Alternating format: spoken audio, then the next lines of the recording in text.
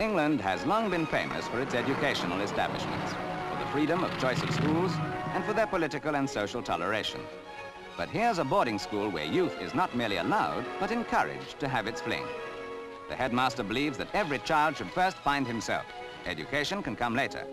And since the headmaster of this Hertfordshire school is a Cambridge MA, he should know what he's talking about. Burgess Hill School is against the carbon copy boarding school product. It does what it can to help each child's personality to develop. There's no detached attitude towards small boys who can't really cope with arithmetic. Instead, master and pupil sit down and discuss the problem like rational human beings. The right sort of education will channel a child's vitality into creative activities. This sort of painting may be a bit strange, but at least she's having fun. They all seem to enjoy art classes, which perhaps isn't surprising since most of the children come from artistic homes.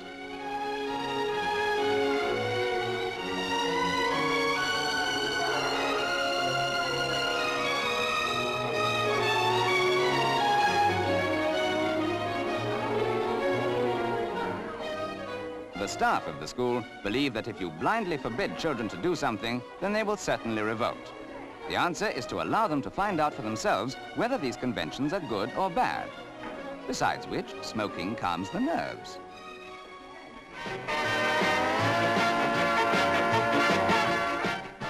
The headmaster, Mr. Jimmy East, is a product of one of our more famous public schools. But he looks back on his unhappy childhood, determined to make the development of today's pupils less of an ordeal. They can come and talk to him at any time. His door is always open. And if they don't want to talk, then the children will want to use the record player. Sometimes it can be a bit tiresome when exercises must be marked, so Jimmy changes the disc. Off comes jazz, on goes Elgar.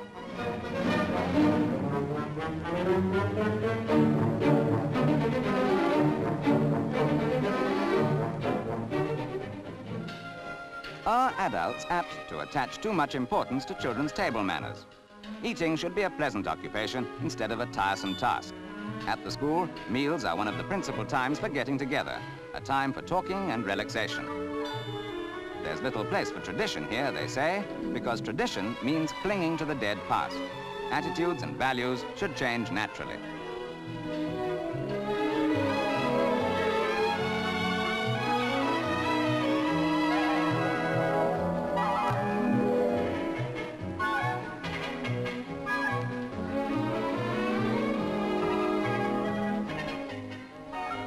All around Burgess Hill School are woods and extensive grounds.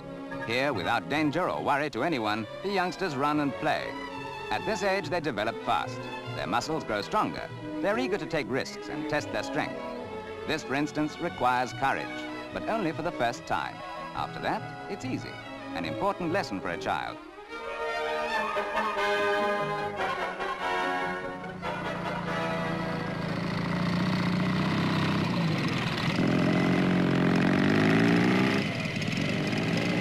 Self-expression is, of course, but one of the descriptions applied to this type of school.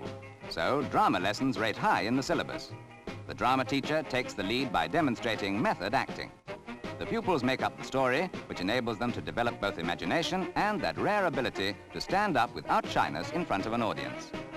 This unusual school claims successes which bear out the headmaster's attitude to developing youngsters. Of course, other pupils don't always have the same interests.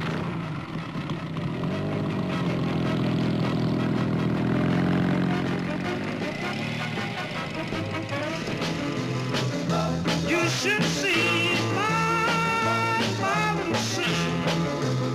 She really knows how to rock. She knows how to twist. Come on and twist. Teenagers, whether they attend secondary modern, grammar or boarding schools, must dance. And of course, the Burgess Hill exponents are tops. Dressed in beat uniform, leather jackets and the rest, they rarely go to town with the new chubby checker disc.